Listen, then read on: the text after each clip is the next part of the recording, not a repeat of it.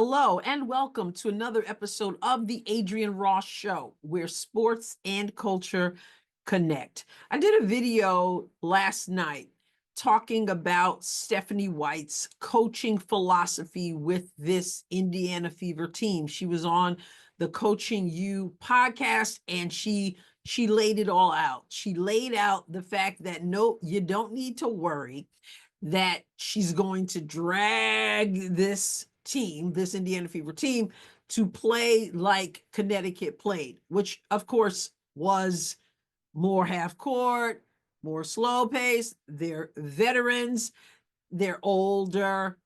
Notice I said they're older.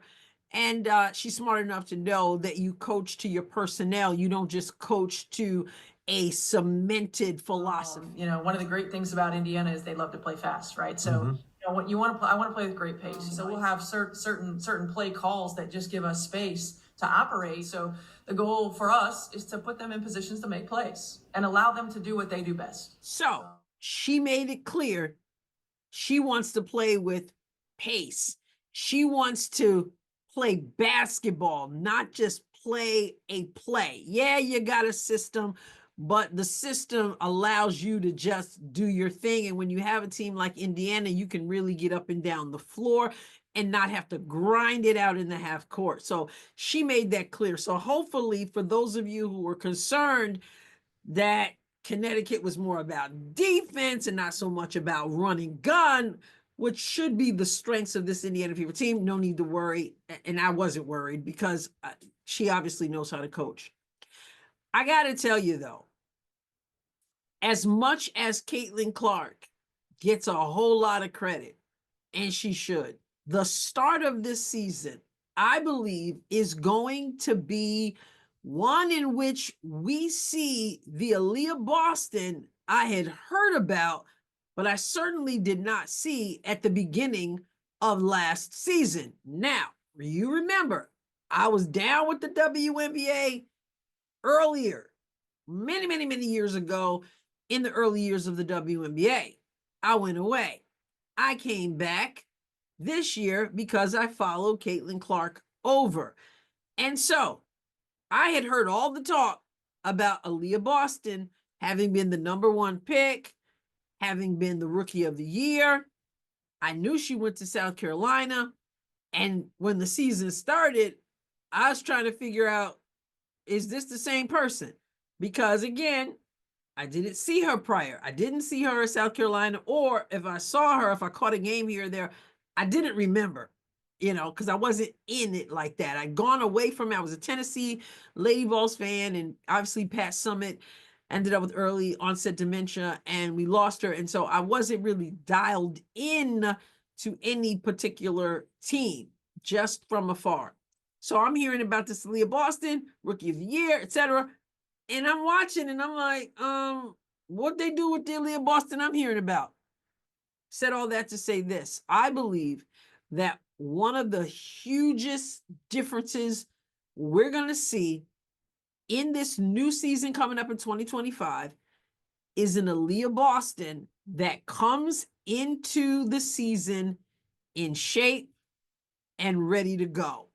Why do I feel certain about that? Number one, they saw what Caitlin Clark brought to the team. Originally, they couldn't catch her passes. They couldn't keep up with her. And it cost them. It looked ugly early in the season. They realized, and I'm sure I've heard Kelsey Mitchell talk about this before. They realized Caitlin Clark can pass the ball. Caitlin Clark can get up and down the floor. And if they will do the same, if they will get up and down the floor, catch the passes, etc., it's going to make life really sweet. It's going to be, there's going to be more wins. They're going to be, this is going to be good. It's going to be much better. And they realized that. It took them a while to get it together, but they realized that. And we saw it after the Olympic break. It was like, this is a whole different team, right? Part of that was Christy Sides getting out of the way and allowing them to go. Aliyah Boston, I am sure, as Kelsey Mitchell did and others, they got to be ready because Caitlin Clark is going to be ready. As they say, she's sprinting everywhere, right? She's ready to go. She's ready to pass. She's ready. She's going to be even more ready. Remember, she came right from college into the draft, into the preseason, and it was wild. And her legs were tired, right? Even so, she did, well, you guys know what kind of rookie season she had. My point being, her shot's going to be there. Passing is there. She's getting better. She's always working. She's already working out, all that stuff.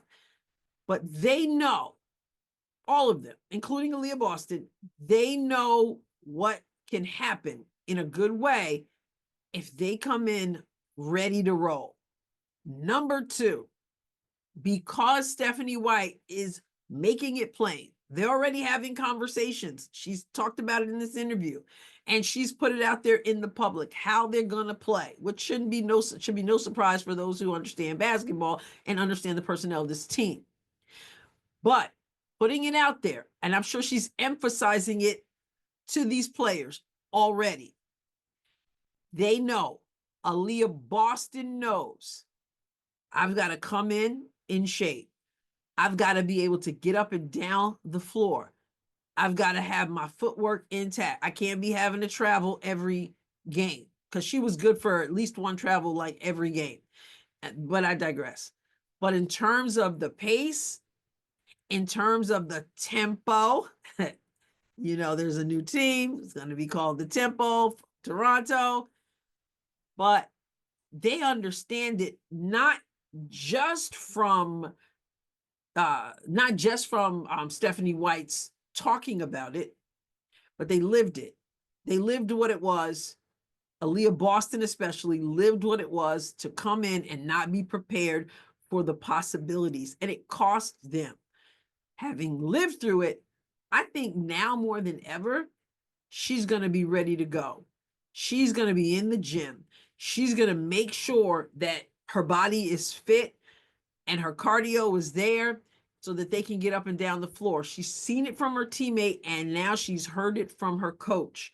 And so I think I'm going to get a glimpse of this Aliyah Boston regularly. I hope it's regularly, because I felt like she was roller coaster throughout last season. It's like you never knew which Aliyah Boston you were going to get. She's the nicest person ever. But I think she's going to be more aggressive. I think she's going to be more consistent.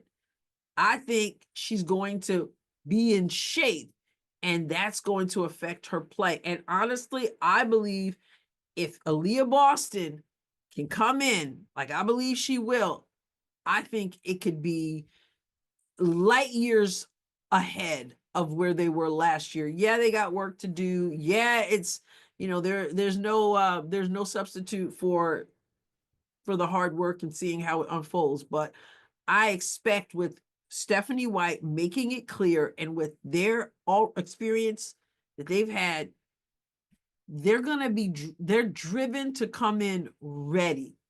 They realize that this team has held back nothing. New president, new GM, new coach.